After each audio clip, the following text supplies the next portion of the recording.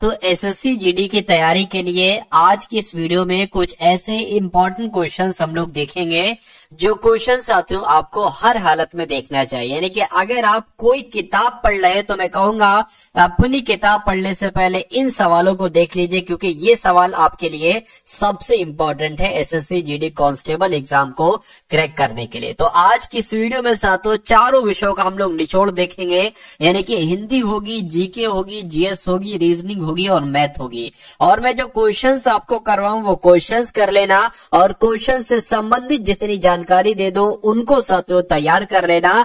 आप ये समझ लीजिए पेपर में यहां से बहुत सारा कंटेंट आपको डायरेक्ट देखने को मिलेगा। चलिए तो पहला सवाल आपकी स्क्रीन पर है। कहने के साथियों विलोम आपको बताना है छली शब्द का।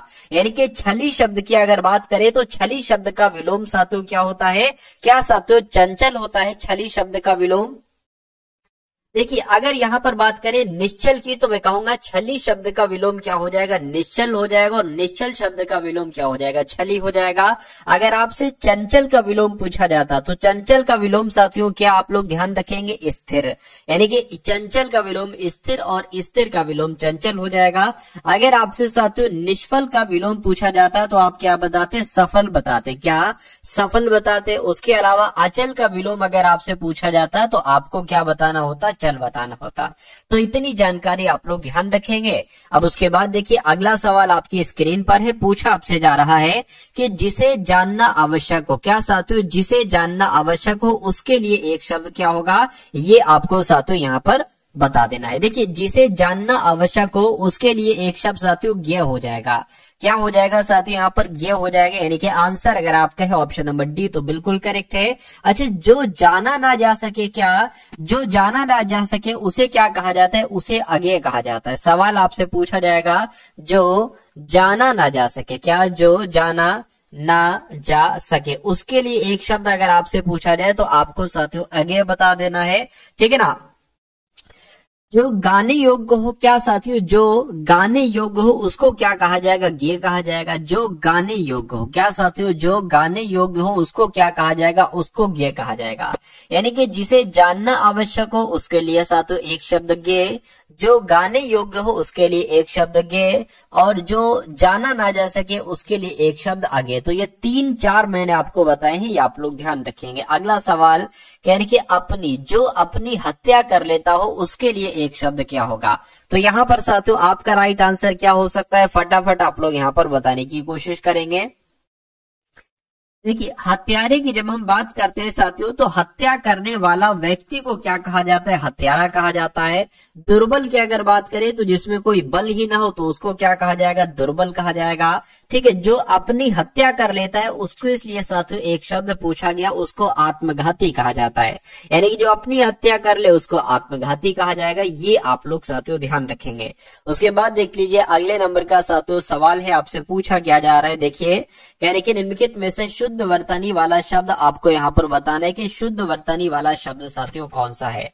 तो आपको बताना है साथियों निर्दय कैसे लिखा जाता है। मैं कहूंगा जैसे ऑप्शन नंबर बी में लिखा हुआ है ना, जा रहा है कि निम्नलिखित प्रश्न में दिए गए 4 विकल्पों में से उस विकल्प का चयन करें जो मुहावरे के अर्थ को दर्शाता है। उल्टे पांव लौटना। तो उल्टे पांव लौटने का मतलब साथियों क्या होता है? असंभव कार्य करना। निराश लौटना, मैं कहूंगा निराश लौटने को एक तरीके से क्या कहा जाता है? उल्टे पांव लौटना। राइट आंसर जिनका ऑप्शन नंबर बी है, मैं कहूंगा आंसर आपका बिल्कुल करेक्ट भाई, बहुत बढ़िया, वेरी गुड क्लास। अब उसके बाद देखिए साथियों संयमी का आपको विलोम यहाँ पर बताना है। किसका साथियों? संयमी शब्द की अगर बात करें विलोम आपसे पूछा जा रहा है। देखिए अगर आपसे एग्जाम में पूछ लिया जाए भ्रष्टाचारी का विलोम क्या होगा तो भ्रष्टाचारी का विलोम साथियों एक तरीके से सदाचार हो जाएगा, सदाचारी हो जाएगा। विकृत की जब हम बात करते हैं तो साथियों विकृत का विलोम क्या हो सकता है? तो अविकृत हो जाएगा। यानी कि छोटा आ लगा दो बस हो जाएगा। अगर हम बात करते हैं साथियों दुष्चरित्र की तो दुष्चरित्र की अगर बात करें तो साथियों क्या हो जाएगा? सच्चरित्र हो जाएगा। तो ये भी आप लोग ध्यान रखेंगे। उसके अलावा अगर संयमी शब्द की बात करते हैं तो संयमी का विलोम क्या हो जाएगा? व्यभिचारी हो जाएगा। जिनका आंसर ऑप्शन नंबर डी के साथ है, मैं कहूंगा आंसर आपका बिल्कुल करेक्ट है। साथियों जिन्होंने अभी तक इस वीडियो को साथियों लाइक नहीं किया तो मैं रिक्वेस्ट करता हूं कि वीडियो को आप लोग लाइक कर दीजिए, और चैनल पर साथियों अगर आप लोग नए हैं तो इस चैनल को साथियों जरूर सब्सक्राइब कर लीजिए, यानी कि टारगेट सिलेक्शन इस चैनल को साथियों आप लोग क्या कर लीजिए, सब्सक्राइब कर लीजिए। चलिए अब उसके बाद देखिए नेक्स्ट नंबर का सवाल है आपकी स्क्रीन पर। पूछा आपसे क्या जा रहा है, कह रहे कि दिए गए वाक्य का वह भाग ज्ञात करें जिसमें कोई त्रुटि है। यदि कोई त्रुटि नहीं है तो कोई त्रुटि नहीं है वाले ऑप्शन को चुनिए। कह रहे कि अगली गोष्ठी मेरे निवास स्थान में होगी। चलिए अब देखिए अगली गोष्ठी मेरे निवास स्थान में नहीं आना चाहिए, यहाँ पर आना चाहिए, यानी कि अगली गोष्ठी मेरे निवास स्थान पर होगी ये होना चाहिए। तो दिक्कत कहां पर है, दो वाले में, दो कहां पर लिखा हुआ, ऑप्शन नंबर ए में लिखा हुआ है, तो यही आपका बिल्कुल सही जवाब हो जाएगा। उसके बाद देखिए अगला सवाल कह रहे कि नाक कटने का मतलब क्या होता है। नाक कटने का मतलब चोट लगना होता है, हतोत्साहित होना होता है, बदनामी होता है, या साथियों परेशान होगा। मैं कहूंगा बदनामी आपका बिल्कुल सही जवाब हो जाएगा। उसके बाद देखिए नेक्स्ट नंबर का साथियों सवाल है आपकी स्क्रीन पर। पूछा आपसे जा रहा है कि जिसकी कोई उपमा ना हो उसके लिए एक शब्द क्या होगा। देखिए अनुपम शब्द की अगर हम बात करते हैं तो जिसकी कोई उपमा ना हो ना उसको अनुपम कहा जाता है। लेकिन अगर आपसे अद्वितीय के बारे में साथियों पूछे, जो यहाँ पर आपका लिखा हुआ है जिसके समान कोई दूसरा ना हो, क्या अगर बात करते एग्जाम में आपसे पूछ लिया जाए कि जिसके समान दूसरा ना हो, क्या साथियों जिसके समान दूसरा ना हो उसके लिए एक शब्द क्या हो सकता है, तो उसको अद्वितीय कहा जाता है। देखिए वही चीजें मैं आपको बता रहा हूँ जो एग्जाम में बहुत ज्यादा ट्रेंड करती हैं, तो आप लोग बहुत ध्यान से साथियों इन सभी सवालों को देखेंगे। कल्पनातीत शब्द की अगर बात करें, जो कल्पना से परे हो, क्या अगर आपसे एग्जाम में पूछ लिया जाए क्या कि जो कल्पना से परे हो, क्या जो कल्पना से परे हो उसके लिए एक शब्द बताइए, तो आपको कल्पनातीत बता देना है, ठीक है ना। अनूठी की अगर बात करें, जो एक तरीके से कोई विशेष लक्षण किसी चीज में होता है ना, तो वो चीज एक तरीके से अनूठा का भाई कि तुम तो अनूठे हो, कोई विशेष लक्षण है, विशेष विशेषता है कोई, तो ऐसे करके ये चारों आप लोग ध्यान रखेंगे। अब उसके बाद देखिए अगले नंबर का सवाल है, कहा जा रहा है कि गेह किसका पर्यायवाची। तो गेह की अगर हम बात करते हैं, गेह तो आपका ये साथियों घर का पर्यायवाची हो जाएगा। किसका हो जाएगा, घर का पर्यायवाची हो जाएगा। अच्छा घर का मतलब की अगर बात करें, घर को और क्या क्या कहा जाता है, तो घर की अगर बात करें घर को आवास कहा जाता है, ठीक है। और क्या कहा जाता है घर के पर्यायवाची, तो घर को साथियों निकेतन कहा जाता है, ये भी आप लोग ध्यान रखेंगे। घर की अगर बात करें, क्या भवन नहीं कहा जाता है, बिल्कुल ठीक है। आलय नहीं कहा जाता, मैं कहूंगा बिल्कुल आलय भी कहा जाता है। घर को निवास भी कहा जाता है, निवास स्थान भी कहा जाता है, और साथियों निवास भी कहा जाता है। उसके अलावा साथियों सदन भी कहा जाता है, भवन भी कहा जाता है और सदन भी कहा जाता है, ठीक है। उसके अलावा अगर हम आकाश की बात करते हैं कि आकाश को भाई साहब क्या क्या कहा जाता है, आकाश की अगर बात करें आकाश को अंबर कहा जाए। ये सब आपका रिवीजन हो रहा है, रिवाइज हो रहा है सारी चीजें आपकी। तो आकाश को अंबर कहा जाता है, व्योम कहा जाता है। उसके अलावा क्या कहा जाता है, क्या उसके अलावा गगन भी कहा जाता है, बिल्कुल साथियों। उसके अलावा साथियों नभ कहा जाता है। उसके अलावा अगर बात करते हैं तो अनंत भी कहा जाता है, और आकाश को शून्य भी कहा जाता है, क्या शून्य भी कहते हैं। और आकाश की अगर बात करें तो अंतरिक्ष भी कहा जाता है, तो ये भी चीजें आप लोग ध्यान रखेंगे। अच्छा बादल के बहुत सारे पर्यायवाची पूछे जाते हैं, तो बादल की अगर बात करें, क्या बादल को मेघ नहीं कहा जाता, मैं कहूंगा मेघ बिल्कुल कहा जाता। और एक ट्रिक याद रखिए, बादल की अगर बात करें, बादल में दा शब्द आ रहा है, तो बहुत सारे ऐसे शब्द हैं जिनके अंत में दा आता है और वो बादल के पर्यायवाची होते हैं। जैसे कि अगर बात करें तो यहाँ पर वारिद शब्द आ गया, अंत में दा है, बादल का पर्यायवाची है। उसके अलावा अगर बात करते हैं साथियों, जैसे कि नीरद शब्द आ गया, नीरद में अंत में दा है, बादल का पर्यायवाची हो गया, ठीक है ना। उसके अलावा और मैं आपको बता देता हूँ, अम्बुद, अम्बुद की अगर बात करें अंत में दा है, बादल का पर्यायवाची हो गया। तो ये चीजें साथियों आप लोग यहाँ पर क्या रखेंगे, ध्यान रखेंगे। अच्छा पर्वत की हम लोग बात कर लेते हैं। पर्वत की अगर बात करें कि पर्वत के कौन कौन से पर्यायवाची आपसे एग्जाम में पूछे जाते हैं, तो पर्वत को क्या शिखर कहा जाता है, मैं कहूंगा बिल्कुल पर्वत को शिखर कहा जाता है। क्या पर्वत को पहाड़ भी कहा जाता है, बिल्कुल साथियों पर्वत को पहाड़ भी कहा जाता है। अच्छा नग भी इसको कहा जाता है, और ये चल नहीं सकता तो इसको अचल भी कहा जा सकता है। तो इतनी सारी चीजें आप लोग ध्यान रखेंगे। उसके बाद देखिए नेक्स्ट नंबर का सवाल आपकी स्क्रीन पर है, कह रहे कि यहाँ पर क्या आ गया, बादल का समानार्थी तो अभी हम लोगों ने बताया, इसको कट कर दीजिए, इसको कट कर दीजिए। शुद्ध वर्तनी वाला शब्द बताइए, यानी कि अक्षौहिणी यहाँ पर मेरे हिसाब से लिखा है, ये गलत लिखा है, ठीक है ना। अक्षौहिणी कैसे लिखा जाएगा, जैसे आपका ऑप्शन नंबर सी में लिखा हुआ। ये अम्बुज सही तो लिखा है, अम्बुज भी एक तरीके से, यानी कोई दिक्कत नहीं। तो यहाँ पर शुद्ध वर्तनी वाला शब्द था वो आ चुका है। अब उसके बाद देख लेंगे साथियों, नेक्स्ट नंबर का सवाल है आपकी स्क्रीन पर। कहा जा रहा है कि स्वतंत्रता संग्राम में हजारों देशवासियों ने अपना प्राण त्याग दिया, प्राण त्याग कर दिया, ये है, ठीक है। तो यहाँ पर अगर बात करें अपना प्राण त्याग कर दिया, इसमें दिक्कत लग रही, इसकी जगह पर सही क्या आएगा, अपना प्राण त्याग कर दिया ये आएगा, या अपने प्राण न्यौछावर कर दिए ये आएगा, या अपने प्राण त्याग दिया ये आएगा, या किसी बदलाव की जरूरत नहीं, अपना प्राण त्याग दिया। मैं कहूंगा अपने प्राण न्यौछावर कर दिए, ये सबसे सटीक और सबसे सही जवाब आपका हो जाएगा। उसके बाद देखिए अगले नंबर का सवाल है आपकी स्क्रीन पर। कहा जा रहा है कि मैंने और उसने घूमने जाना है।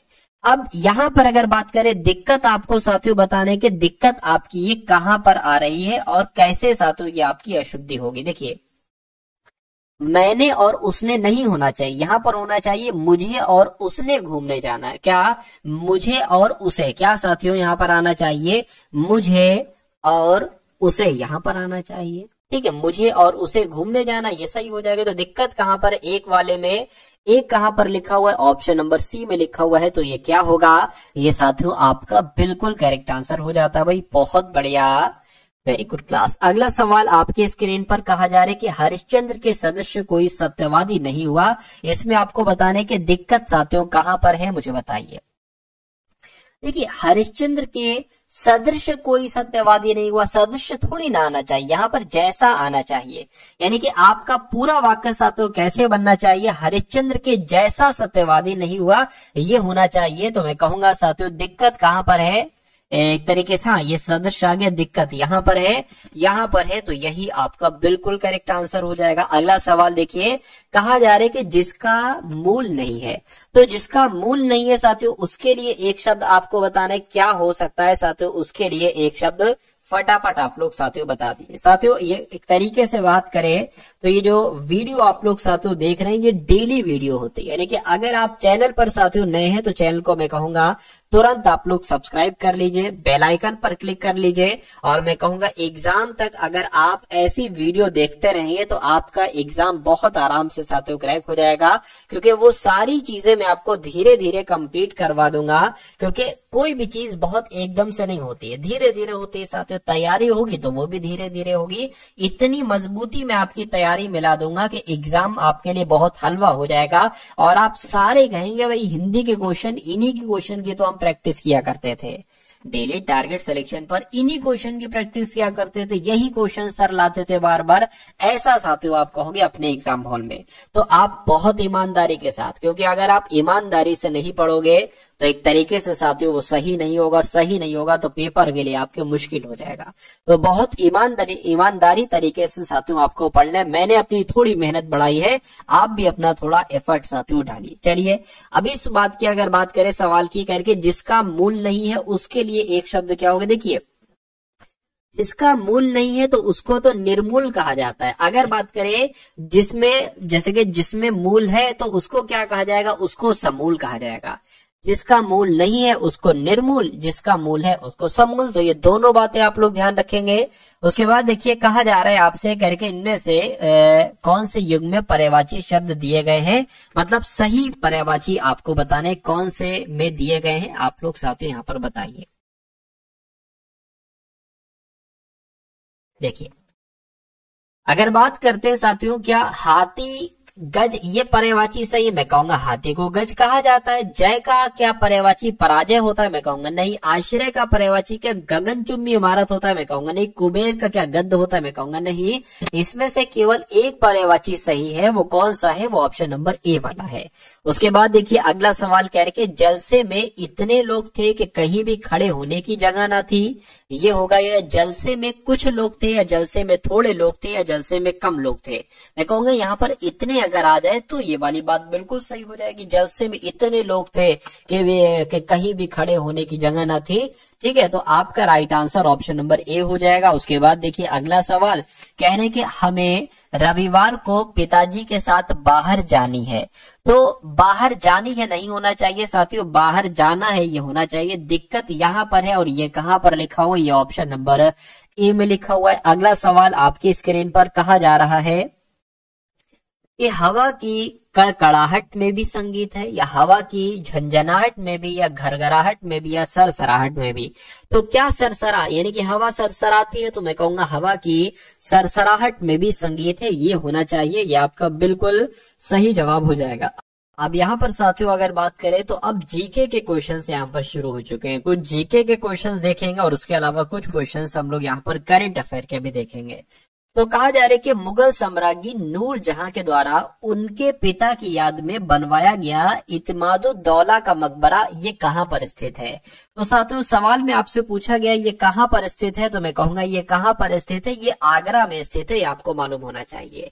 ठीक है ना। अगर यहाँ पर अगर बात करते हैं जो इत्मादुद्दौला का एक तरीके से मकबरा है ना, इसको क्या कहा जाता है, इसको बेबी ताज कहा जाता है। ये सवाल आपसे पूछा जाता है, इसको क्या कहा जाता है, इसको बेबी ताज कहा जाता है। और क्या कहा जाता है, इसको साथियों ताजमहल की पूर्ववर्ती संरचना कही जाती है। क्या, ताजमहल की पूर्ववर्ती, क्या साथियों ताजमहल की अगर बात करें ताजमहल की पूर्ववर्ती संरचना कही जाती है। ये भी आप लोग यहाँ पर ध्यान रखेंगे। ठीक है ना। चलिए तो अगला सवाल आपके स्क्रीन पर कहा जा रहा है कि 26 जून 2024 को 18वीं लोकसभा के अध्यक्ष के पद पर किसे चुना गया था। तो साथियों लोकसभा के अध्यक्ष कौन है, तो ओम बिरला है। क्या आपका आंसर हो जाएगा, ओम बिरला आपका आंसर हो जाएगा। अच्छा एक अनुच्छेद मुझे याद आ गया, अनुच्छेद 93। तो अनुच्छेद 93 में क्या जिक्र किया गया है, लोकसभा के अध्यक्ष और उपाध्यक्ष। क्या, अगर लोकसभा के उपाध्यक्ष की बात की जाए या लोकसभा के उपाध्यक्ष की बात की जाए तो इनसे चुनाव से संबंधित कौन सा अनुच्छेद है, तो अनुच्छेद 93 है। आप लोग ध्यान रखेंगे।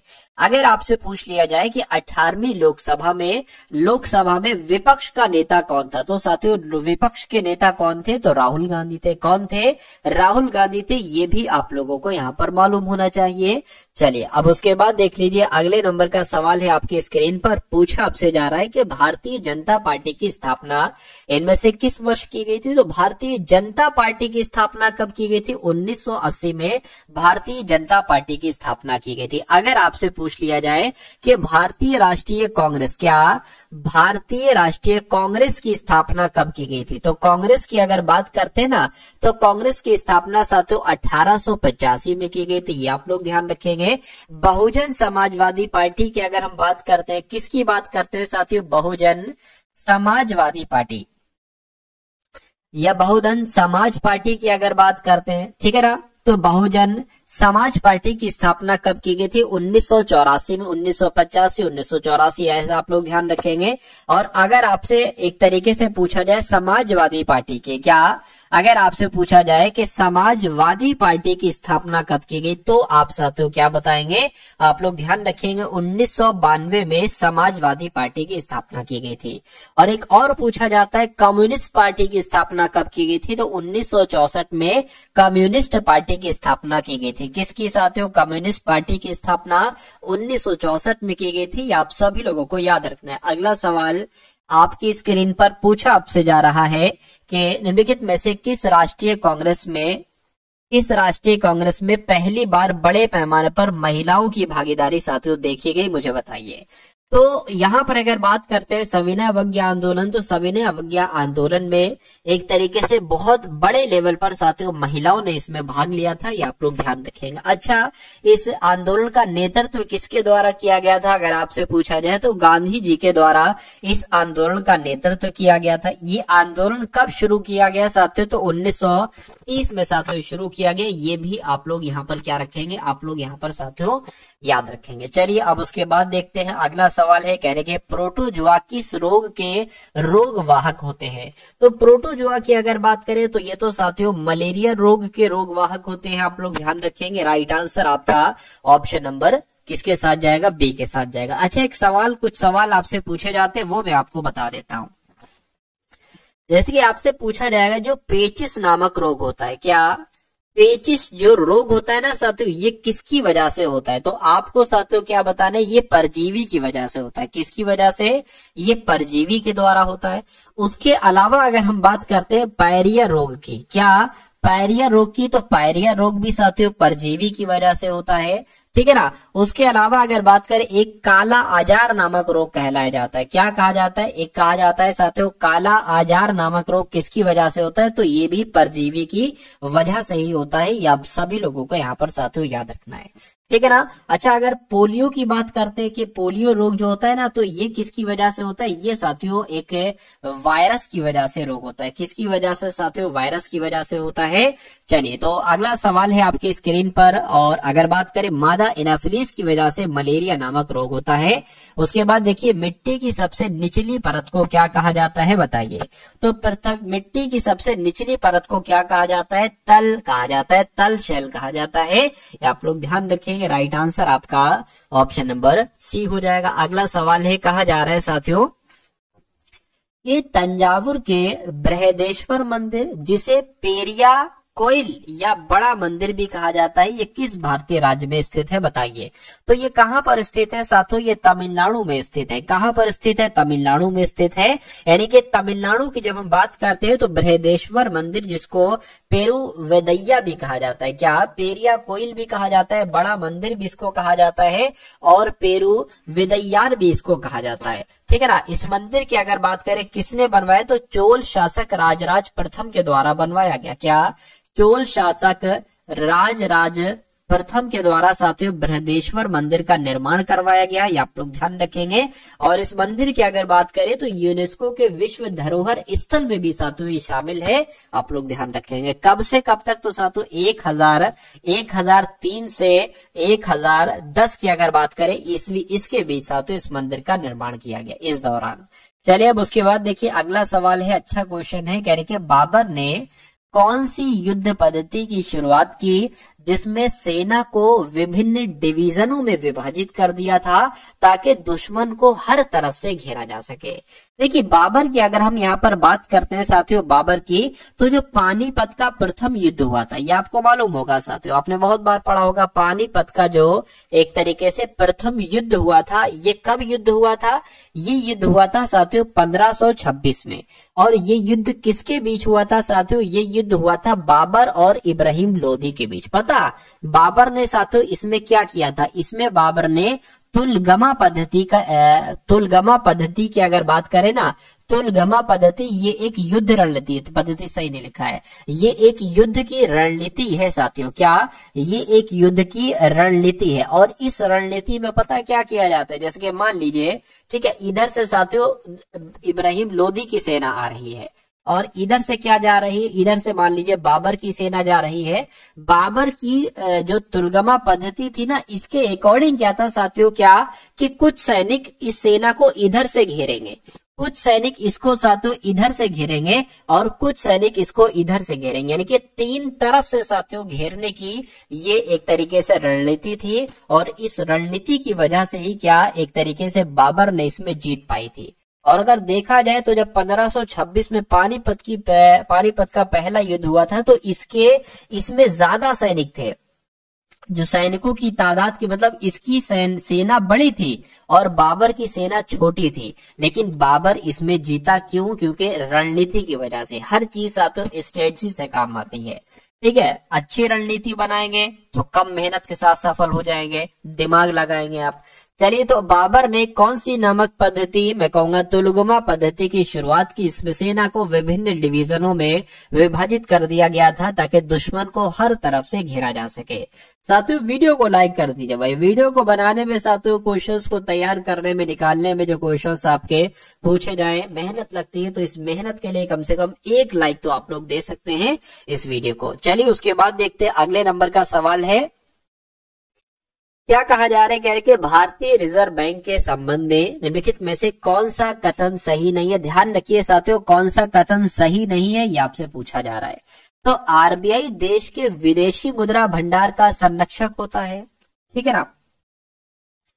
ये बात सही है, बिल्कुल साथियों, ये बात सही। आरबीआई सरकार का बैंकर है, बिल्कुल बैंकर का बैंक है, बिल्कुल। ये एक केंद्रीय बैंक है। क्या आरबीआई की अगर बात करते हैं तो ये एक केंद्रीय बैंक है। और दूसरी बात, ये बैंकों का बैंक है। जो आरबीआई है ना साथियों, ये बैंकों का बैंक है। ये भी कथन आप लोग ध्यान रखेंगे कि आरबीआई केंद्र सरकार के लिए वार्षिक बजट तैयार करता है। नहीं साथियों, वार्षिक बजट की अगर हम बात करते हैं तो वित्त मंत्रालय से इसका संबंध है, इससे आरबीआई के कोई संबंध नहीं। तो ये वाला गलत हो जाएगा, बाकी ये सब सही हो जाएंगे, सही हो जाएंगे तीनों। और डी वाला गलत हो जाएगा, तो डी वाला आपका यहाँ पर बिल्कुल सही जवाब हो जाता भाई। बहुत बढ़िया, वेरी गुड क्लास। चलिए साथ उसके बाद देखिए करके जून 2024 में भारतीय लोक एवं जनजातीय कला प्रदर्शनी हुनर का आयोजन जो किया गया है वो कहां पर किया गया है? वो साथियों दुबई में किया गया है। कहां पर किया गया है? वो दुबई में किया गया है। ये आप सभी लोगों को यहाँ पर क्या होना चाहिए? मालूम होना चाहिए।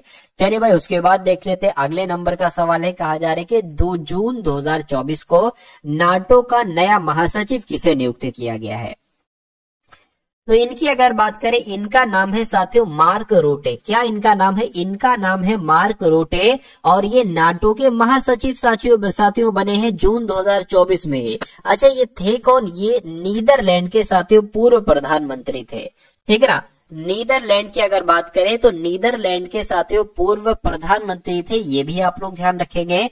नाटो की जब हम बात करते हैं तो वर्तमान समय में साथियों नाटो में कितने सदस्य देश हैं? मैं कहूंगा 32 सदस्य देश इसमें शामिल हैं। ये आपको साथियों मालूम होना चाहिए। अगला सवाल आपकी स्क्रीन पर कहा जा रहा है कि फारसी इतिहासकारों ने मुस्लिम सुल्तानों का वर्णन इस रूप में किया है। तो किस रूप में भैया किया है? ये आपको बताना। ईश्वर के शागिर्द के रूप में, ईश्वर के अवतार, या ईश्वर की छाया, या ईश्वर के अनुयायी। देखिए जो फारसी इतिहासकार थे ना, फारसी इतिहासकारों का ये कहना था कि जो मुस्लिम सुल्तान होते हैं ये एक तरीके से ईश्वर की छाया होते हैं। ठीक है ना। किसका कहना था? ये फारसी के इतिहासकारों का कहना था। ठीक है। वो मानते थे कि ईश्वर का प्रतिबिंब है। ये जो मुस्लिम है ना साथियों, मुस्लिम सुल्तान, ये ईश्वर के कौन है? प्रतिबिंब है। तो प्रतिबिंब आ जाए तब भी कोई दिक्कत नहीं, क्योंकि आया चुका है। आया मतलब ये पहले भी आ चुका है ये सवाल ऐसे करके। तो ईश्वर की छाया कह लो या ईश्वर का प्रतिबिंब कह लो। ठीक है ना। चलिए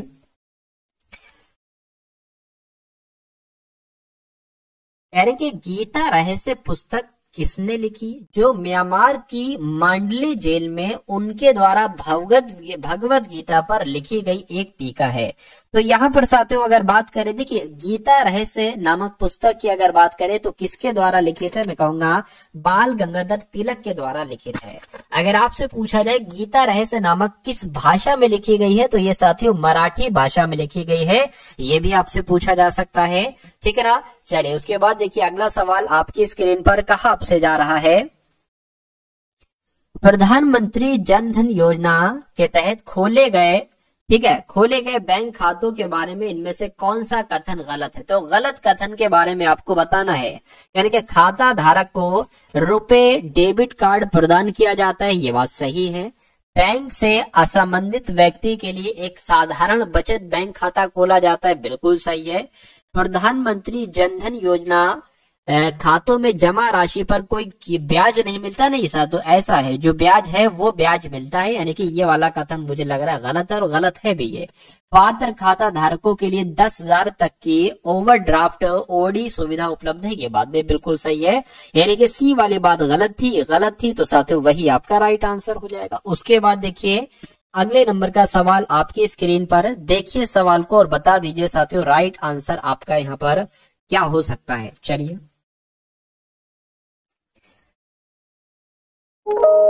लेब्राडोर सागर और भूमध्य सागर किस महासागर का हिस्सा है? अगर आपसे एग्जाम में पूछा जाए तो आप लोग ध्यान रखेंगे अटलांटिक महासागर का हिस्सा है।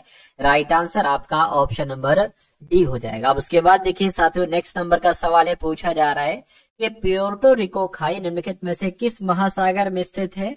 तो ये कहां पर स्थित है? ये अटलांटिक महासागर में स्थित है। सही जवाब आपका ऑप्शन नंबर सी हो जाता है। उसके बाद देखिए अगला सवाल आपसे पूछा जा रहा है कि किसी द्रव का उसके क्वथनांक के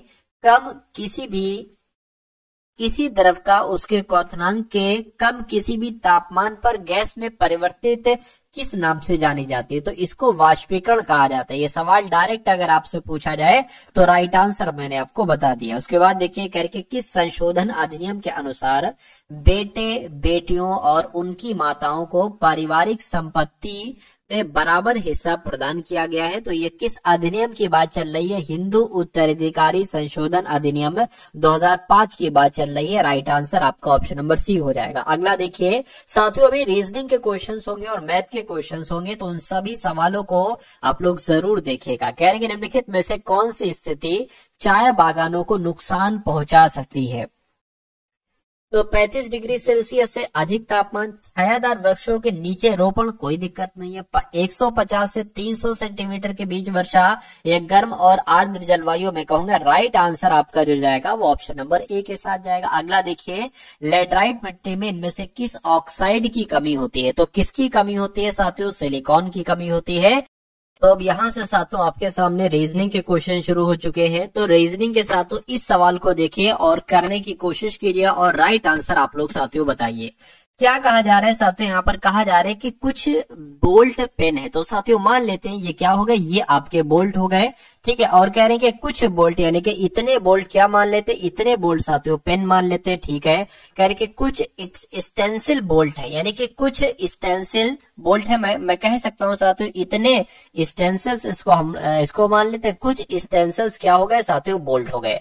अब निष्कर्ष को देखिए और बताइए कौन सा निष्कर्ष गलत है, कौन सा सही है। कह रहे कि कोई स्क्रू स्टेंसिल नहीं है। पहली बात तो ये पॉजिटिव में पहला कथन, दूसरा भी पॉजिटिव में। तो अगर कोई निष्कर्ष नेगेटिव में आ जाता है तो उसको कट कर दिया जाता है, यानी कि वो गलत कहलाया जाता है। कह रहे कि कुछ पेन स्टेंसिल है, पेन यहाँ पर है, स्टेंसिल यहाँ पर है, कैसे कुछ पेन स्टेंसिल हो सकते हैं? तो मैं कहूंगा ये भी गलत है, यानी कि निष्कर्ष 1 और 2 दोनों गलत है। ऐसा कहां पर लिखा हुआ है? ऐसा आपका ऑप्शन नंबर सी में लिखा हुआ है। तो ये क्या होगा? ये आपका साथियों बिल्कुल सही जवाब हो जाएगा। अगला सवाल देखिए, इस सवाल को साथियों देखिए और आप लोग मुझे बता दीजिए कि आपका राइट आंसर यहाँ पर क्या हो सकता है। देखिए करके 8 मित्र हैं, 2 पंक्तियों में एक दूसरे की ओर मुंह करके बैठे हुए हैं, यानी कि 2 पंक्तियां मान लीजिए हम ऐसे बना लेते हैं। और कितने लोग हैं?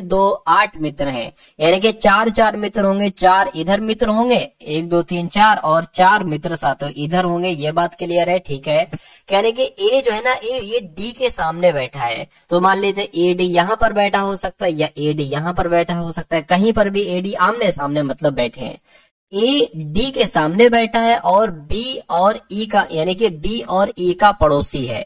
मतलब कहने का ये है कि ए जो है ना डी के तो सामने बैठा है, डी के सामने बैठे हैं और एक तरीके से ए जो है ये बी और ई का पड़ोसी है। ये बात आपको समझ में आ गई, ठीक है। यानी कि अपनी अपनी पंक्तियों में एच और सी सबसे दाएं कोनों पर बैठे। तो अगर इसको हम करें, एच और सी दाएं कोनों पर बैठे, देखिए अगर हम एच को इधर बैठा ले तो एच का दायां ये बनेगा, ठीक है, और एच भी दाएं पर है और सी भी दाएं पर है, ऐसा कहा गया, यानी कि सी साथियों यहाँ पर बैठेगा। ये बात भी क्लियर होगी। कह रहे कि तथा ई और एफ सबसे बाएं कोने पर बैठे हैं। तो ई और एफ बाएं कोने पर बैठे हैं, तो मान लीजिए साथियों अगर बात करें ई यहाँ पर बैठा दें, ये बायां कोना हो गया इसका, और अगर बात करते हैं साथियों एफ यहाँ पर बैठा दें, ये हो गया। अभी हम देख रहे हैं अगर गलत बनेगा तो कुछ चेंजेस हम करने की कोशिश करेंगे। कह रहे कि यदि जी एफ के बगल में बैठा है, जी एफ के बगल में बैठा है, अब देखिए एफ कहां पर बैठा है, एफ यहां पर बैठा है, तो जाहिर सी बात है जी यहां पर बैठा होगा। अब एक बार शुरू से पढ़िए प्रश्न को। कह रहे कि ए जो है ना, ए ये डी के सामने बैठा है, ठीक है, और बी और ई का पड़ोसी है, यानी कि बी और ई का पड़ोसी है, तो ई ये हो गया, बी यहां पर बनेगा, जाहिर सी बात है ए यहां पर बनेगा। और ए के सामने कौन डी के सामने कौन बैठा है, ए बैठा है, तो मैं कहूंगा डी साथियों यहां पर बन जाएगा। तो ऐसे करके कुछ ये बनेगा। तो सवाल में पूछा जा रहा है तो बी के सामने कौन है साथियों, बी के सामने कौन है, मैं कहूंगा जी है। तो जी क्या होगा, जी आपका बिल्कुल सही जवाब हो जाएगा। चलिए भाई अगला सवाल देखिए आपकी स्क्रीन पर है। कहा जा रहा है कि यूरोप का जो संबंध स्विट्जरलैंड से है, यूरोप का जो संबंध साथियों स्विट्जरलैंड से है, तो वही संबंध एशिया का किससे है, ये आपको यहाँ पर बताना है। चलिए देखिए, जैसे कि स्विट्जरलैंड जो है ना ये यूरोप महाद्वीप में है, उसी प्रकार अगर बात करें जापान देश जो है वो एशिया महाद्वीप में है, तो यहाँ पर आपका राइट आंसर जापान हो जाएगा। और जिनका आंसर यहाँ पर ए है तो बिल्कुल करेक्ट है। अगला सवाल आपकी स्क्रीन पर है, कहा जा रहा है कि उस विकल्प का चयन कीजिए जो नीचे दिए गए शब्दों के क्रम को दर्शाता है जिस क्रम में वे अंग्रेजी शब्दकोश में आते हैं। तो आपको बताना है सबसे पहले यहाँ पर कौन सा आएगा। देखिए आर यू यहाँ पर है, आर ओ यहाँ पर है, आर यू यहाँ पर है, आर ओ यहाँ पर है, आर यू यहाँ पर है। तो मैं कहूंगा आर ओ पहले आता है ना कि आर यू, क्योंकि यू 21 पर आता है, ओ 15 पर आता है। अब देखिए ये पहले आएगा या ये पहले आएगा। यहाँ पर भी यू है, यहाँ पर भी यू है, यहाँ पर टी आई है, यहाँ पर टी ई है। तो मैं कहूंगा ये वाला पहले आ जाए, क्योंकि ई 5 पर आता है, आई 9 पर आते हैं, तो 2 नंबर सबसे पहले आ जाएगा। उसके बाद साथ ये आपका 4 वाला आ जाएगा। अब इसमें से देख लीजिए आर यू बी पहले आएगा, आर यू टी पहले आएगा, आर यू टी तो पहले नहीं आएगा, आर यू आई भी पहले नहीं आएगा, पहले आएगा ये वाला, और उसके बाद साथियों 5 वाला आ जाएगा, और बचा फिर 3 वाला, फिर 3 वाला आ जाएगा। यानी कि 241 53 कहां पर लिखे हैं, 241 53 ऑप्शन नंबर ए में लिखे हुए हैं। तो ये क्या होगा, ये आपका सही जवाब हो जाएगा भाई। बहुत बढ़िया, वेरी गुड क्लास। साथियों क्लास अगर आपने अभी तक लाइक नहीं की तो मैं एक रिक्वेस्ट करूंगा आपसे कि इस क्लास को आप लोग एक बार लाइक कर दीजिए। क्या कर दीजिए साथियों, वीडियो को आप लोग एक बार लाइक कर दीजिए। चलिए अब इस सवाल पर अगर बढ़ते हैं तो कहा जा रहा है कि 11 है, उसके बाद साथियों 9 है, उसके बाद 15 है, उसके बाद 41 है, उसके बाद आपको बताने के कौन सा नंबर यहाँ पर साथियों आएगा। यानी कि 41 के बाद कौन सा नंबर आ सकता है मुझे बताइए। अगर हम यहाँ पर 11 से साथियों किस पर जाएं, अगर हम यहाँ पर साथियों 11 से 9 पर जाएं तो मैं कहूंगा कि हमने 2 घटाया है। 9 से साथियों 15 पर जाएं तो हम कितना कहेंगे साथियों, अच्छा अब यहाँ पर बढ़ेगा 6 बढ़ेगा, और फिर ये तो लफड़े खराब हो जाएगा। तो मेरे हिसाब से ये लॉजिक यहाँ पर नहीं लगेगा, ये लॉजिक यहाँ पर नहीं लगेगा। फिर दूसरा लॉजिक कौन सा, देखिए अगर हम इसको देखें 9 से, तो अगर हम 9 की गुणा 2 से करा दें और उसमें से 3 घटा दें तो 15 आ जाएगा। 9 दूना 18, 3 घटा देंगे 15 आ जाएगा। उसी प्रकार अगर 15 की गुणा 3 से करा दे 45 आ जाए, और 4 घटा दे तो ये आ जाए कि यहाँ पर भी कुछ बनेगा। देखिए जरा, अगर हम 11 की गुणा 1 से कराएं, ठीक है, 11 के हम 11 और उसमें 2 घटा दें, ठीक है, तो पहले 2 घटाया गया, फिर 3 घटाया गया, फिर 4 घटाया गया, ठीक है। तो अब साथियों कितना घटाएंगे, 5 घटाएंगे, लेकिन पहले 1 से गुणा की गई थी, फिर 2 से, फिर 3 से, तो अब साथियों 4 से गुणा करेंगे। यानी कि इस 41 की गुणा हम करेंगे 4 से और उसमें से घटा देंगे 5। तो 4 से गुणा करिए, 4 एकम 4, 4 चौक 16, इसमें से 5 घटा दीजिए, कितना साथियों आपके सामने बचेगा, 159 आपके सामने बचेगा। तो क्या यहाँ पर 159 आएगा। ऑप्शन में अगर है तो मैं कहूंगा बिल्कुल सही, हमारा यही राइट आंसर हो जाएगा। ऑप्शन में, ऑप्शन नंबर बी वाले में है 159। तो जिनका भी आंसर यहाँ पर ऑप्शन नंबर बी है बिल्कुल करेक्ट है। अब अगला सवाल है साथियों आपके स्क्रीन पर, कहा जा रहा है कि AZK है, उसके बाद EVN है, उसके बाद IRQ है, उसके बाद OLT है। आपको बताने के उसके बाद 3 लेटर साथियों यहाँ पर क्या आ सकते हैं, देखकर मुझे बताइए। चलिए तो यहाँ पर अगर साथियों हम लोग बात करते हैं ये कैसे हुआ है। देखिए अगर ए से बात करें, ई हुआ है तो मैं कहूंगा 4 बड़ा है, ई से आई हुआ है मैं कहूंगा फिर 4 बड़ा है, आई से ओ हुआ है, अब यहाँ पर 4 नहीं बड़ा है। एक सेकेंड, देखिए आई जो होता है ना, आई ये 9 पर होता है और ओ आपका 15 पर होता है। तो साथियों कितना बड़ा, फिर से देख लीजिए, यहाँ पर 4 बढ़ाया गया है, ठीक है। ई से आई हुआ है मैं कहूंगा फिर 4 बढ़ाया गया है, आई से ओ हुआ है यानी कि 9 से 15 हुआ है तो 6 बढ़ाया गया है। तो यहाँ पर अब क्या बढ़ाया जाएगा बताइए। मेरे हिसाब से साथियों पहले 4 बढ़ाए, फिर 4 बढ़ाए, फिर 6 बढ़ाए, तो अब फिर से साथियों 6 बढ़ाना चाहिए। तो ओ में अगर 6 बढ़ा देते हैं यानी कि 15 और 6 21 हो जाएगा, 21 आता है यू पर। तो या तो ये होगा या तो ये होगा। अब यहाँ पर देखिए साथियों के से यहाँ पर एन हुआ है तो मैं कहूंगा के 11 पर होता है, एन 14 पर होता है। कितना बढ़ाया गया है, एक तरीके से अगर बात करें साथियों 3 बढ़ाया गया है, ठीक है। अब एन 14 पर होता है, क्यू 17 पर होता है, अब कितना बढ़ाया गया, फिर से साथियों 3 बढ़ाया गया। अब क्यू 17 पर होता है, ठीक है ना, और टी किस पर होता है साथियों 20 पर होता है, फिर 3 बढ़ाया गया है। मैं कहूंगा अब फिर से 3 बढ़ाएंगे, टी 20 पर होता है, 23 पर क्या होता है डब्लू, यानी कि डब्लू कहां पर है यू और डब्लू कहां पर है ऑप्शन नंबर सी वाले में। तो आपका राइट आंसर जो होगा वो ऑप्शन नंबर सी के साथ जाएगा। अच्छा इसकी भी बात कर लेते हैं कि जेड से ईवी कैसे हुआ। जेड 26 पर होता है, वी 22 पर होता है, तो 4 घटाया गया इसमें। तो वी 22 पर होता है, आर 18 पर होता है, फिर से साथियों 4 घटा दिया गया यहाँ पर। उसके बाद साथियों आर 18 पर होता है, एल कितने पर होता है 12 पर होता है। मैं कहूंगा 4 घटाया गया, 4 घटाया गया, अब साथियों एकदम से 6 घटा दिया गया। उसी प्रकार 4 घटाएगा, 4 घटाएगा, 6 घटाएगा, तो अब फिर से इसमें 6 घटा देंगे, तो L 12 पर होता है, 6 घटाएंगे तो 6 आ जाएगा, यानी कि साथियों F आ जाता है और यहाँ पर F आना चाहिए। ठीक है ना। तो साथियों समझ गए हैं आप लोग, मुझसे पहले अपना आंसर देते रहिए, यानी कि जब तक मैं आपको साथियों समझाने में जो समय लगाऊं तब तक आपका आंसर आ जाना चाहिए। अगर ऐसा है तो मैं कहूंगा कि आपकी तैयारी बहुत शानदार चल रही है और इसी क्रम में आपको अपनी तैयारी को ले चलना है। कोशिश करिए कि थोड़ी बहुत अगर स्पीड बढ़ सके आपकी तो बढ़ा दीजिए। ठीक है, बिल्कुल सही रास्ते पर चल रहे हो अगर इन सभी सवालों के जवाब आप लोग दे पा रहे हो। एक निश्चित कूट भाषा में NEXT को क्या लिखा जाता है, MODFWYSU लिखा जाता है। उसी कूट भाषा में CLOCK को क्या लिखा जाएगा, ये असातो आपसे पूछा जा रहा है। देखिए अब यहाँ पर अगर बात करें 4 लेटर है और यहाँ पर कितने 1 2 3 4 5 6 7 8 यानी कि 8 है, डबल हो रहे हैं। तो साथियों क्या लॉजिक यहाँ पर लगना चाहिए। अब देखिए यहाँ पर साथियों N है और यहाँ पर क्या है M है, यानी कि N से एक कम कर दिया गया है M और उसके बाद क्या है एक बढ़ा दिया गया है O, यानी कि N से पहले M आता है और N के बाद O आता है, ये कहने का मतलब है। उसी प्रकार E की बात करें तो E से पहले D आता है और E के बाद क्या आता है F आता है। उसी प्रकार X की अगर बात करें X से पहले W आता है और X के बाद Y आता है और T से पहले S और T के बाद क्या आता है साथियों U आता है। तो यही चीज इसमें लगेगी। अब C है ना, तो C से पहले B और C के बाद D, तो BD साथियों हर ऑप्शन में लिखा हुआ है। अगर हम इसकी बात करें तो K से पहले क्या आता है साथियों J और उसके बाद क्या आता है साथियों, तो एक तरीके से L आता है। ठीक है ना। तो जेल कहां पर है, जेल एक तो यहाँ पर है, जेल एक तो यहाँ पर है। अब अगर देखिए इसकी बात करेंगे तो कोई दिक्कत सेम ही है, कोई फायदा नहीं। इसकी बात कर लीजिए यानी कि तीसरे लेटर की O से पहले अगर बात करें तो क्या आता है N और O के बाद P आता है। तो मैं कहूंगा ये वाला आपका आंसर बिल्कुल सही हो जाएगा। उसके बाद देखिए अगले नंबर का साथियों सवाल है आपकी स्क्रीन पर। इस सवाल को देखिए और बताइए सही जवाब आपका क्या हो सकता है। चलिए, तो कहा गया है साथियों कि इसमें से सबसे असंगत आपको बताने के सबसे असंगत ऑप्शन कौन सा है, देखिए और बताइए सही जवाब क्या हो सकता है। अब देखिए ये T जो होता है ना ये 20 पर होता है, P की बात करें 16 पर होता है, W 23 पर होता है और R 18 पर होता है।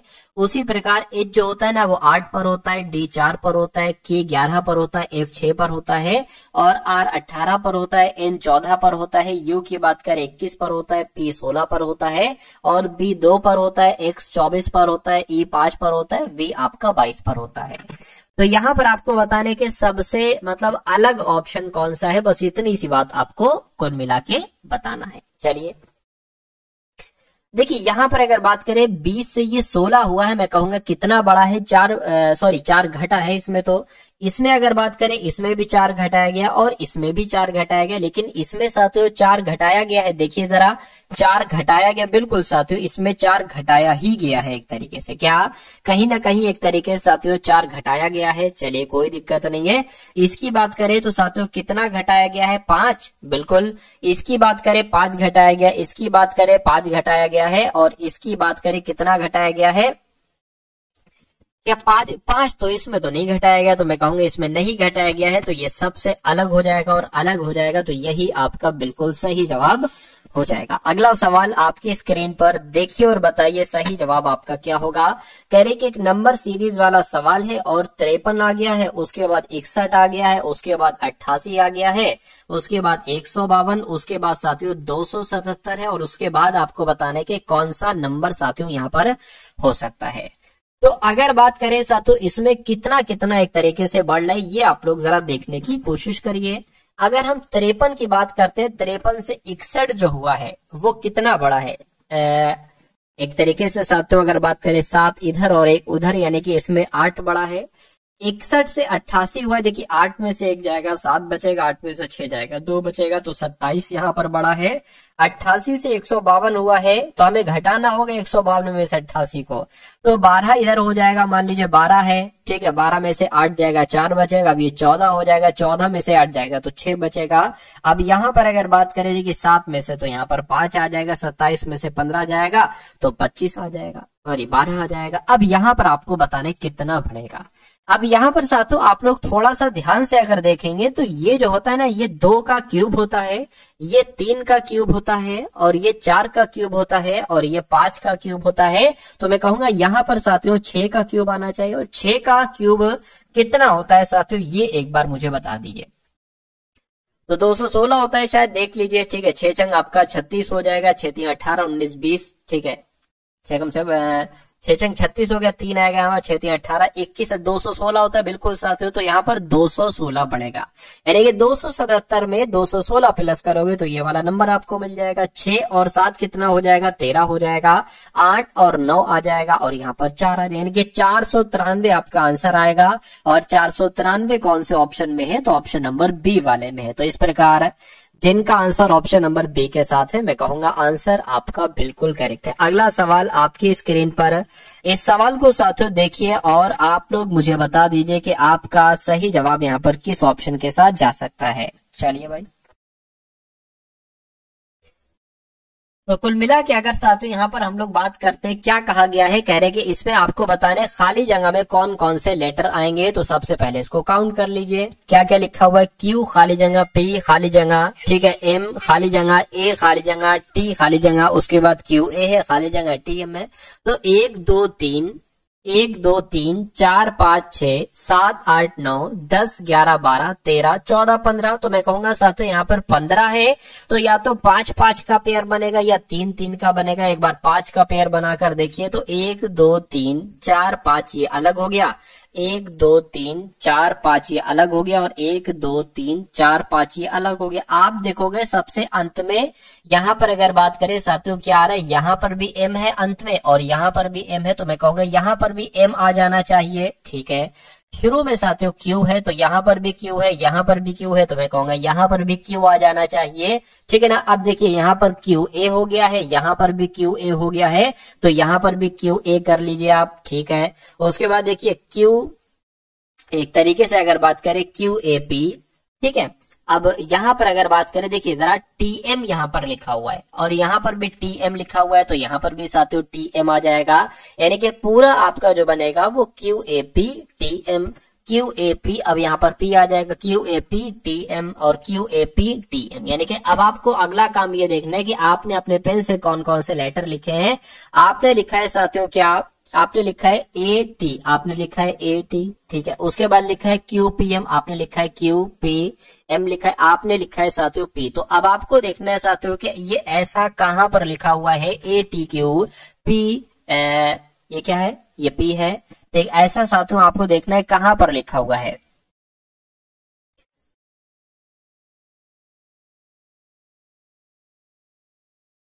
तो ए में भी नहीं है, बी में भी नहीं है, सी और डी में साथियों यहाँ पर है। यानी कि डी क्या होगा साथियों, A T Q P M P. Answer आपका जो जाएगा वो ऑप्शन नंबर डी के साथ जाएगा। अगला सवाल साथियों आपके स्क्रीन पर आ चुका है, देखा जा रहा है यहाँ पर साथियों 50वें नंबर का सवाल है, और इस सवाल का जवाब आपको बताना है।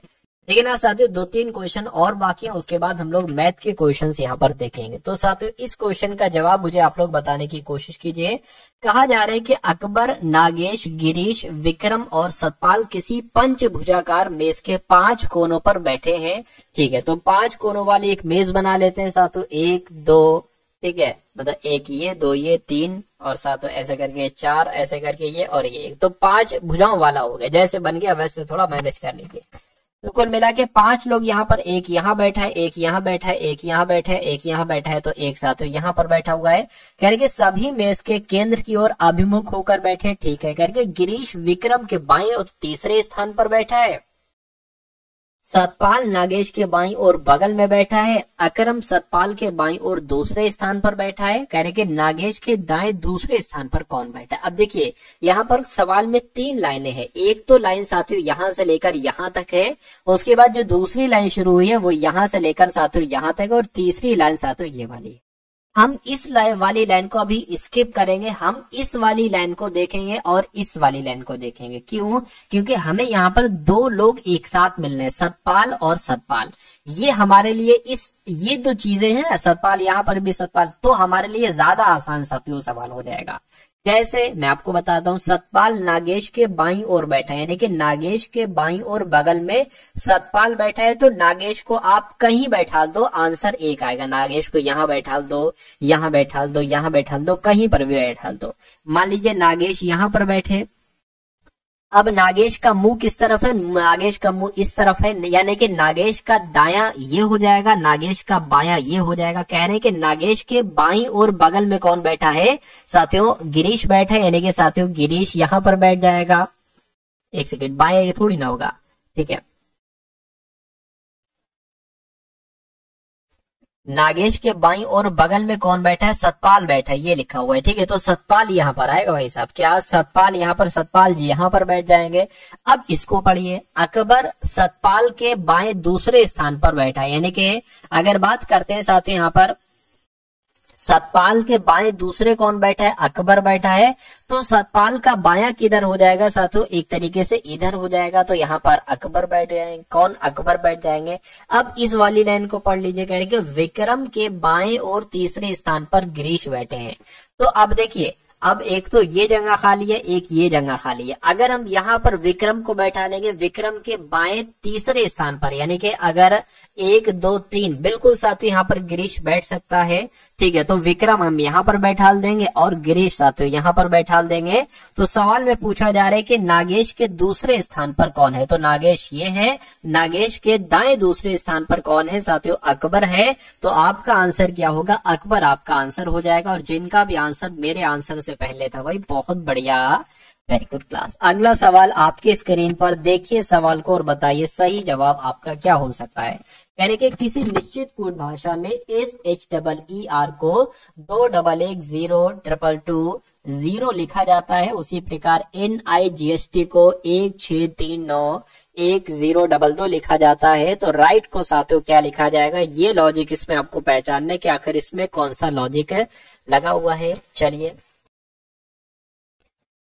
देखिए, ऐसा तो नहीं साथियों कि हमें RIGST का कोड इसमें सही मिल जाए, जैसे कि R यहाँ पर लिखा हुआ है, ठीक है, R यहाँ पर लिखा हुआ, R का कोड क्या, अच्छा फिर ये वो चीज नहीं हो पाई क्योंकि इसमें कम लेटर है, इसमें ज्यादा नंबर है, तो ये लॉजिक हमारा नहीं लगेगा। दूसरे लॉजिक की अगर हम साथियों बात करते हैं, अब देखिए यहाँ पर S है, S 19 पर आता है, S आपका 19 पर आता है, ठीक है ना। और यहाँ पर एक तरीके से क्या हो गया, यहाँ पर 21 हो गया है, मान ले तो मेरे ख्याल से 2 बड़ा है, ठीक है। H 8 पर आता है, ये 10 हो गए हैं, यानी कि 2 बढ़ाया गया है H 8 पर। E 5 पर आता है, तो 5 पर आता है ना साथियों E, तो अब ये 2 ऐसे करके क्यों हो गया। अच्छा हम इसको अगर देखें कि 18 पर आता है, ठीक है, ये 20 हो गया है, यानी कि डबल E को 2 लिखा गया है, यानी कि E 5 पर होता है 3 माइनस किया गया 2 आ गया, E 5 पर होता है 3 माइनस किया 2 आ गया।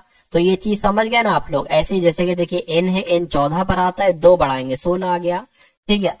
I की बात करें 9 पर आता है, तो ये तो और घटा दिया गया है, यहाँ पर क्या कर दिया गया है। अगर यहाँ पर अगर बात करें T 20 पर आता है, ये साथियों 2 बढ़ा दिया गया है। H की बात करें 10 हो गया है। G 7 पर आता है, तो यहाँ पर 2 कर दिया गया। अच्छा I को यहाँ पर क्या किया गया, I वैसे तो 9 पर होता है लेकिन 6 घटाया गया है।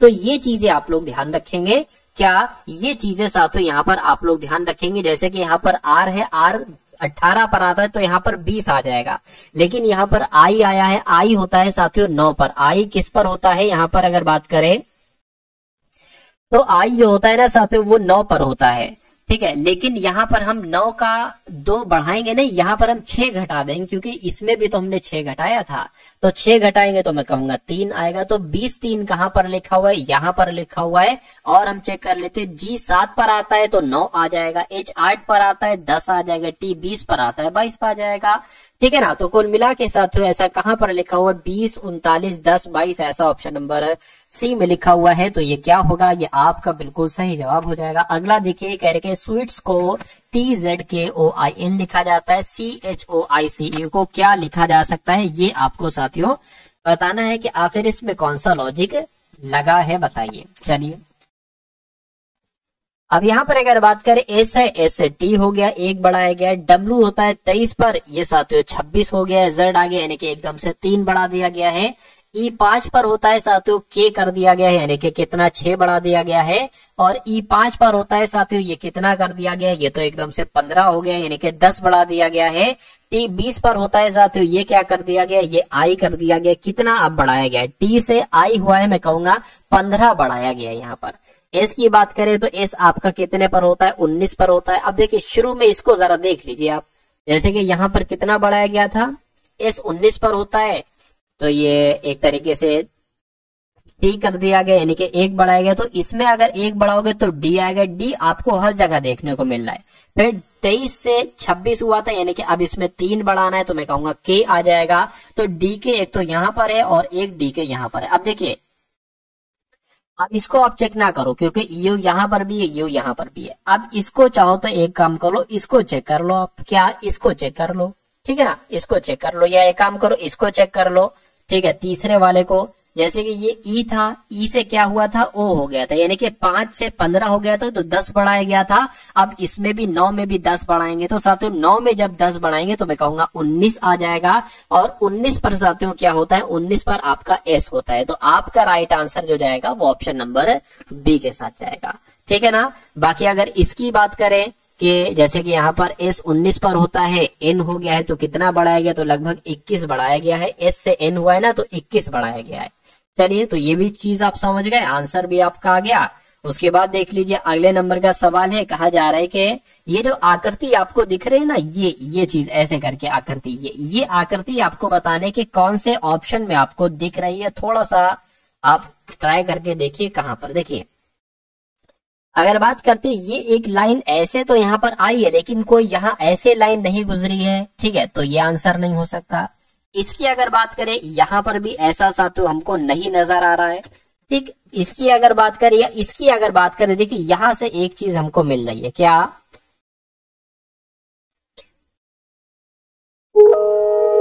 यहाँ पर जब आप आएंगे, जैसे कि ये वाली लाइन जो है, ये वाली लाइन मैं आपको बता रहा हूँ, ये वाली लाइन ये ऐसे करके ये चीज आई है, और ये थोड़ी सी ये निकली हुई है, मतलब निकली पूरी है लेकिन आप थोड़ी भी निकाल सकते हैं। और ये जो निकली हुई, तो मैं कहूंगा सबसे सटीक अगर आपका जो जवाब बनेगा वो ऑप्शन नंबर डी वाला ही बनेगा, और जिनका आंसर ऑप्शन नंबर डी है बिल्कुल करेक्ट है। उसके बाद देखिए साथियों नेक्स्ट नंबर का सवाल है आपकी स्क्रीन पर, कहने के वैसे लगाइए जैसे ये अंग्रेजी शब्दकोश में होते हैं।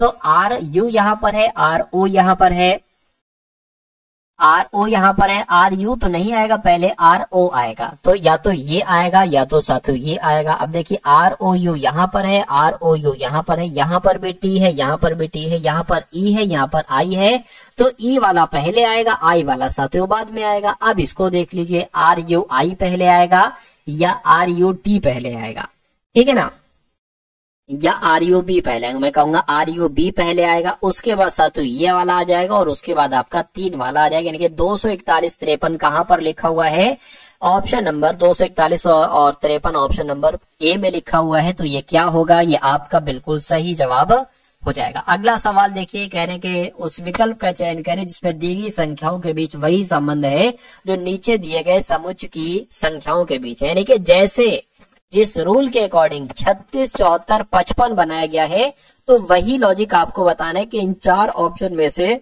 किस ऑप्शन में वही लॉजिक लगा है, बस इतनी सी बात आपको बताना है। चलिए एक काम करिए साथियों, अगर हम इन दोनों नंबर को आपस में जोड़ते हैं तो कितना बन जाता है, 6 4 10 बन गया, 1 लग गया हासिल का, 8 हो गया, और ये साथियों 11 बन गया, यानी कि साथियों 110 है और ये 55 है। मैं कहूंगा अगर 110 का आधा कराते हैं तो 55 बन जाता है, ठीक है। उसी प्रकार अगर इनको हम जोड़ते हैं तो ये 185 बनेगा। क्या 185 का आधा 85 होता है, नहीं, तो ये आंसर नहीं होगा।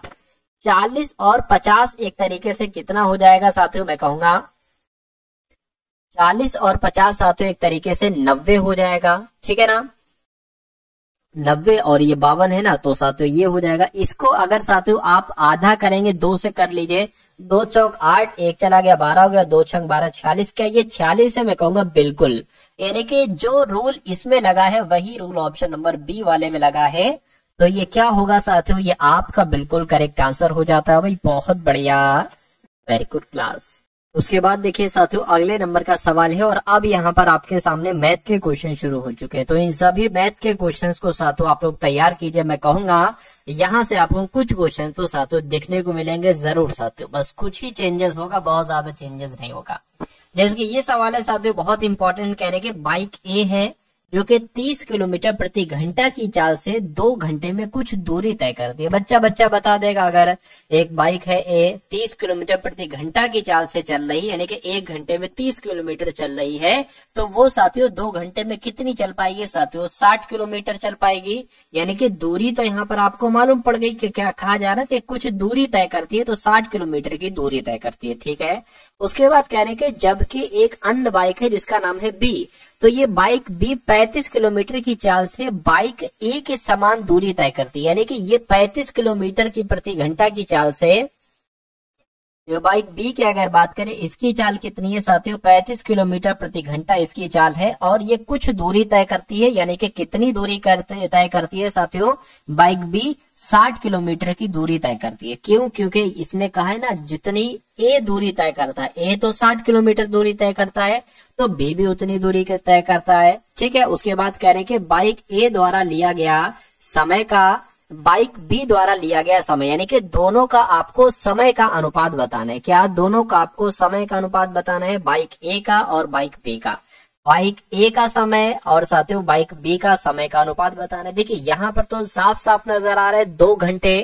ठीक है ना, क्या यहाँ पर साथियों आपको नजर आ रहा है? 2 घंटे नजर आ रहे हैं, तो इसका तो आपको पता है साथियों 2 घंटे का समय है। ठीक है, अब बाइक बी का आपको समय निकालना है। अब समय निकालना है तो बाइक बी की चाल होना चाहिए, दूरी होनी चाहिए, समय बहुत आराम से निकल जाएगा। तो समय बराबर क्या हो जाएगा साथियों? दूरी कितनी है? 60 है और चाल कितनी है साथियों? 35 है। तो ये आपका निकला है, इसको थोड़ा सा कट कीजिए, 5 सत्ते 35 हो जाएगा, यहाँ पर 12 आ जाएगा। तो इसका समय कितना निकला? 12/7 घंटे निकला। तो 12/7 घंटे ये बी का समय है और ए का समय है 2 घंटे। इसको अगर कैलकुलेट करोगे तो साथियों इसको हम बराबर कहीं ना कहीं मान सकते हैं। ये 7 की गुणा इससे हो जाएगी, तो ये 7 दूना 14 हो जाएगा और 12 यहाँ पर नीचे आ जाएगा। तो इसका अनुपात कितने निकलेगा? 2 सत्ते 14, 2 छंग 12, यानी कि दोनों का अनुपात जो निकला है वो 7:6 निकला है। क्या 7:6 ऑप्शन में है? तो मैं कहूंगा बिल्कुल ऑप्शन में है, ऑप्शन नंबर सी में है। तो ये आपका क्या होगा? ये आपका बिल्कुल सही जवाब हो जाएगा। अगला सवाल देखिए और इस सवाल का जवाब दीजिए करके एक दुकानदार 10% और k%। अब k% कुछ भी हो सकता है, ये 25% भी हो सकता है, ये 15 भी हो सकता है, 20 भी, 80% भी हो सकता है। तो कहने के ग्राहक को 1200 अंकित मूल्य वाला सामान 864 में मिलता है, तो k का मान साथियों क्या होगा? यानी कि अंकित मूल्य की अगर हम बात करते हैं 1200 है, इस पर 2 छूटें दी जाती है। एक तो 10% की छूट दी जाती है जो कि 90/100 कहलाएगी। के की अगर बात करें तो साथियों 100 माइनस के, ठीक है, बटे 100 यहाँ पर आ जाएगा। आया ये भी वही है, 10% लिखा था ना, तो 100 माइनस 10 करेंगे तभी तो 90 आएगा। और ये फिर दोनों छूटे देने के बाद कितने रुपए की जाकर बिकती है? 864 रुपए की साथियों बिकती है। अब इसमें आपको के का मान निकालना, ये जो पूछा जा रहा है। अब देखिए 2 0 से ये 2 0 कैंसिल हो जाएंगे, इस 0 से ये 0 आपका कैंसिल हो जाएगा, एक 0 नीचे है जो इसमें लग जाएगा, ये आपका 8640 हो जाएगा। ठीक है, 12 और 9 यहाँ पर है तो 12 यहाँ पर आ जाएगा, 9 यहाँ पर आ जाएगा और यहाँ पर साथियों 100 माइनस आपका के आ जाएगा। इसको कैलकुलेट करिए, देखिए 9 से कट हो रहा है? नहीं,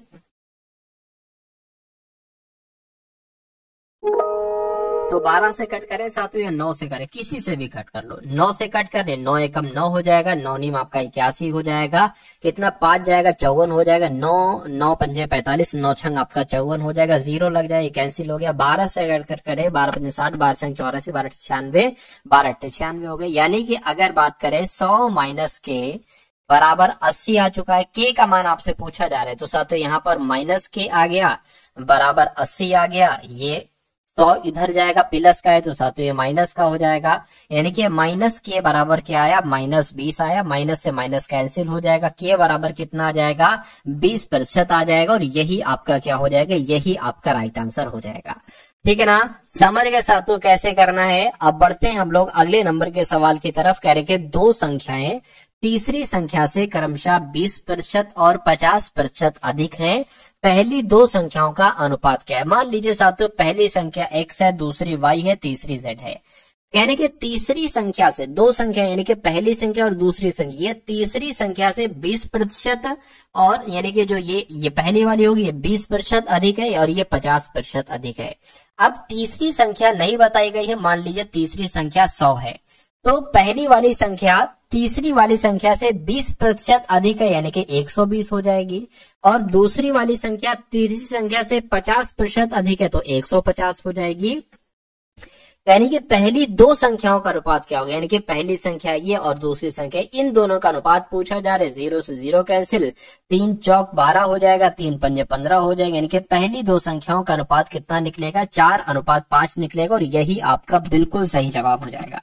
उसके बाद देखिए अगला सवाल है, कह रहे कि कोहली पुराने सामानों को कारोबार करता है। अच्छा, पुराने सामानों का कारोबार करता है, उसने 10,000 रुपए में पुराना एयर कंडीशनर खरीदा, ठीक है। उसने इसे लाने के लिए 500 रुपए परिवहन का खर्च दिया और इसकी मरम्मत में 2,000 रुपए खर्च लगा और इसको 15,000 में बेच दिया। यानी कि वो 10,000 रुपए का तो उसने वो खरीदा था, लेकिन 1500 और 2,000 यानी कि 2500 रुपए उसके और खर्चा हुए, तो मैं कहूंगा ये 12,500 रुपए में उसको वस्तु मिल गई। लेकिन 12,500 रुपए की वस्तु उसने 15,000 रुपए में बेच दी, तो कह रहे हैं कि उसको कितना प्रॉफिट हुआ। मैं कहूंगा उसको 2500 रुपए का प्रॉफिट हुआ, लेकिन इसको प्रतिशत में बदलना है इसलिए गुणा 100 लगाएंगे। नीचे हमेशा क्रय मूल्य आता है, क्रय मूल्य एक तरीके से यही होगा क्योंकि मरम्मत वगैरह में उसका ये पैसा लगा है ना। लागत मूल्य क्या आया है, तो 12,050 आया है, 12,500 आया है, यहाँ पर लिख दिया। इन दो जीरो से ये दो जीरो कैंसिल, 25 से कम 25, 25 पंजे आ जाएगा, 5 से कट करेंगे साथियों, 5 दूना 10, 0 आ जाएगा। यानी कि 20% आपका क्या हो जाएगा, 20% एक तरीके से आपका प्रॉफिट हो जाएगा। इसलिए सही जवाब जिनका भी है ऑप्शन नंबर किसके साथ साथियों, डी के साथ, मैं कहूंगा आंसर आपका बिल्कुल करेक्ट हो जाता है भाई। बहुत बढ़िया, वेरी गुड क्लास। अगला सवाल आपके स्क्रीन पर देखिए सवाल को और बताइए सही जवाब आपका यहाँ पर क्या हो सकता है। चलिए, यानी कि 3 व्यक्ति हैं, एक साथ सुबह की सैर पर निकलते हैं। उनके द्वारा चले गए कदमों की माप क्रमशः 70 सेंटीमीटर, 75 सेंटीमीटर, 80 सेंटीमीटर है। प्रत्येक द्वारा न्यूनतम दूरी तय की जानी चाहिए जिससे वे सभी पूर्ण कदमों में तय कर सके। तो यहाँ पर कुछ नहीं है साथियों, आपको एलसीएम निकालना है किसका किसका, जो संख्याएं दी गई है 75 का, 75 का, 80 का। तो इनका अगर साथियों हम एलसीएम निकालें तो कैसे निकालेंगे, अगर 2 से कट करेंगे तो 35 आ जाएगा, 2 से 75 कट नहीं होगा, 75 रखेंगे, ये 40 आ जाएगा। इसको 2 से कट करेंगे, 35 का 35, 75 का 75, 40 का 20 आ गया। और 2 से कट करेंगे, 35 का 35, 75 नहीं कटेगा, ये आपका 10 आ जाएगा। और 2 से कट करें तो 35 का 35, 75 का 75 और ये आपका 5 आ जाएगा। अब एक काम करो, 5 से कट करेंगे, 5 से कट कर लीजिए, 5 सत्ते 35, 5 एकम 5, 5 पंजे 25, 5 एकम 5 हो गया। अब क्या करेंगे, अब एक बार 7 से कट होगा, एक बार 15 से कट होगा। अब इन सब की आप गुणा करा लीजिए, 2 दूना 4, 4 दूना 8, 8 दूना 16, 16 पंजे 80। अब 80 की अगर बात करते हैं साथियों, 80 की गुणा आप किससे कराएंगे, 15 पंजे 75, 15 छक्के 90, 15 सत्ते 105 यानी कि 105 से गुणा करा लीजिए। देख लीजिए साथियों क्या आ जाता है, तो गुणा करा लेते। 8 पंजे 40 आ गया, 8 एकम 8 आ गया, 0 का 0 लग गया। तो मैं कहूंगा 8400 सेंटीमीटर एलसीएम आ गया और यही आपका क्या होगा, यही आपका बिल्कुल सही जवाब हो जाएगा। तो अगर ऐसा इस कॉन्सेप्ट पर आधारित सवाल आता है तो जवाब मैंने आपको बता दिया है, पूरा सॉल्व करके भी मैंने आपको साथियों समझा दिया है। अब उसके बाद देख लेंगे अगले नंबर का सवाल है आपके स्क्रीन पर। कहा जा रहा है कि एक समूह में 20 छात्रों का औसत भार कितना है, 54 किलोग्राम है। यानी कि 20 छात्र हैं और औसत वजन 54 किलोग्राम है। अगर मैं आपसे पूछूं कि 20 छात्रों का कुल मिला के वजन कितना होगा, तो 54 की 20 से गुणा कराना पड़ेगी। 4 दूना 8 हो गया, 5 दूना 10 हो गया। यानी कि 20 छात्रों का कुल मिला के वजन 1080 है। ठीक है, कहने की 52 किलोग्राम औसत भार वाले 12 छात्र इसमें शामिल हो जाते हैं। यानी कि इस 1080 में क्या, इस 1080 में 12 छात्रों का एक समूह है जिसका औसत वजन 52 किलोग्राम है। तो मैं कहूंगा इनका औसत क्या होगा, जरा निकालिए।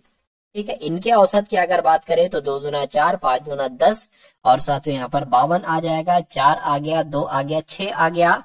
यानी कि एक तरीके से अगर बात करें तो 624 यहाँ पर आ चुका है। ठीक है, तो एक तरीके से अगर बात करें साथियों, अब देखिए कह रहे हैं कि ये इसमें शामिल हो जाता है, तो मैं कहूंगा ये 624 इसमें शामिल हो गया।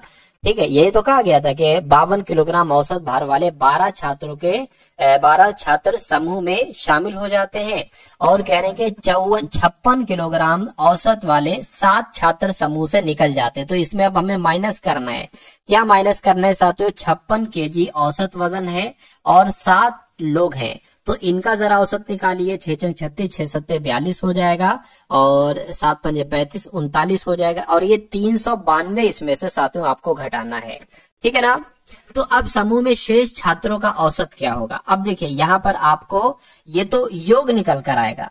अब नीचे आप क्या करेंगे? 20 था, ठीक है, 20 में अब 12 भी जोड़ेंगे। ठीक है ना, 20 में साथियों ये 12 जोड़ेंगे तो प्लस आपका 12 होगा, माइनस 7 होगा। जैसे यहाँ पर चला है क्रम वही सेम चलेगा। तो अब थोड़ी सी हमें जगह चाहिए होगी, इसलिए इस चीजों को जो है वो हम डिलीट कर देते हैं, हटा देते हैं, इरेज कर देते हैं। अब इसको साथियों कैलकुलेट करना है, बाकी साथियों कुछ नहीं करना है आपको।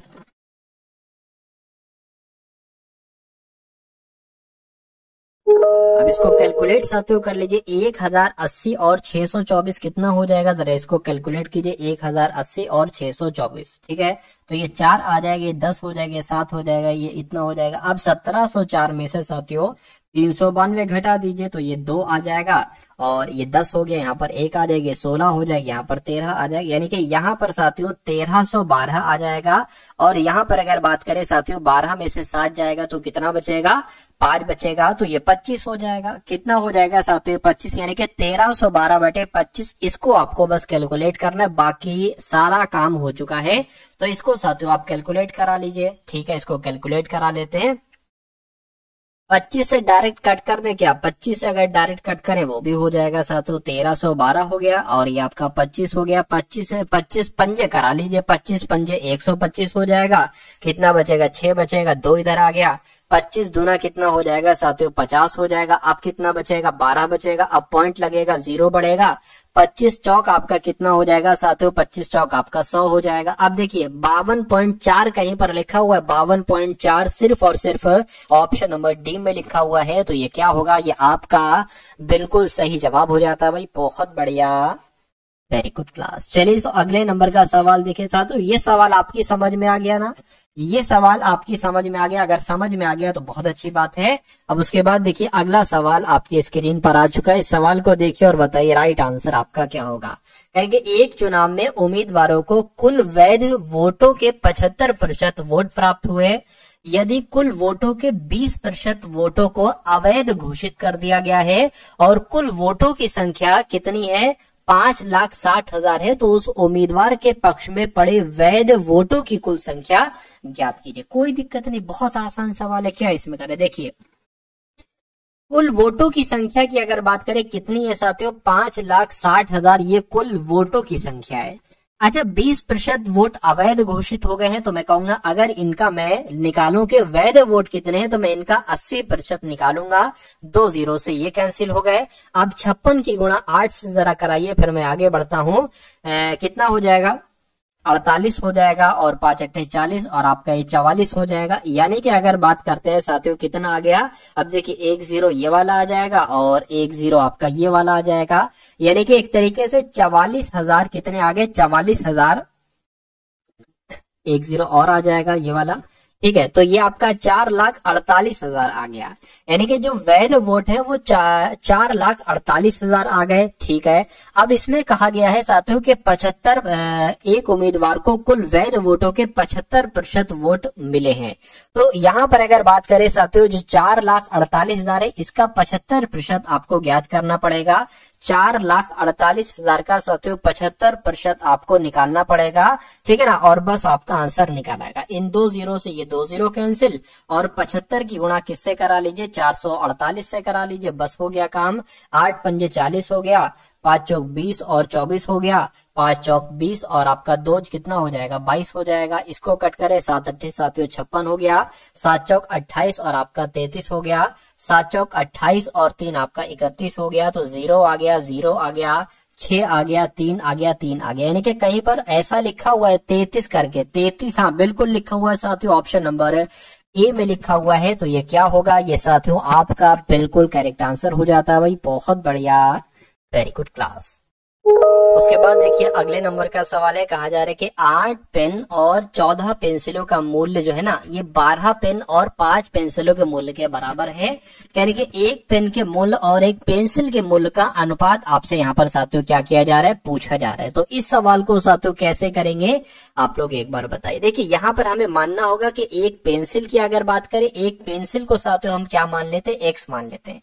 एक पेंसिल की अगर बात करते हैं ना साथियों, एक पेंसिल को हम क्या मान लेते हैं, एक पेंसिल को हम यहाँ पर x मान लेते हैं, और एक पेन की अगर बात करें, एक पेन को हम यहाँ पर y मान लेते हैं। ये बात क्लियर है? ठीक है भाई, क्लियर है।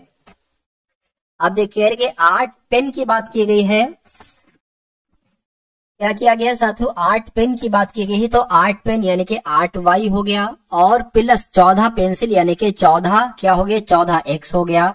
ये बराबर किसके, 12 पेन के है, तो 12 की अगर बात करें 12y हो जाएगा, और 5 पेंसिल यानी कि 5x हो जाएगा। ये बात क्लियर है। तो यहाँ से साथियों आप क्या निकाल लीजिए, x और y का अनुपात निकाल लीजिए, बस आपका आंसर आ जाएगा। अब देखिए यहाँ पर अगर बात करें साथियों, तो ये 12y है, ठीक है। 12y की अगर बात करें, ये 8y उधर जाएगा तो माइनस का हो जाएगा, और इधर क्या है साथियों, इधर 14x तो था ही था, ये 5x है उधर, प्लस का इधर होगा साथियों माइनस का आ जाएगा। तो अब कितना साथियों बचेगा, 14x में से 5x जाएगा तो मैं कहूंगा 9x बचेगा, बराबर इधर कितना बचेगा, तो साथियों 4y बचेगा। यानी कि x इधर आ गया, y इधर आ गया, 4 इधर रहा, 9 इधर रहा, तो साथियों 4:9 है। कहीं पर एक सेकेंड पूछा क्या आपसे जा रहा है, तो 4:9 साथियों यहाँ पर तो नहीं है, 4:9 नहीं है, तो साथियों 9:4 है। थोड़ा तो मिसमैच हो रहा है, मतलब थोड़ा सा तो आंसर के नजदीक हम पहुंच गए हैं, तो 4:9 होना चाहिए। यहाँ पर साथियों क्या है, क्योंकि x अनुपात y का अनुपात जो निकला है 4:9 निकला है, तो यहाँ पर क्या है 9:4 है, कोई दिक्कत नहीं, आंसर आपका जो होगा वो यही हो जाएगा।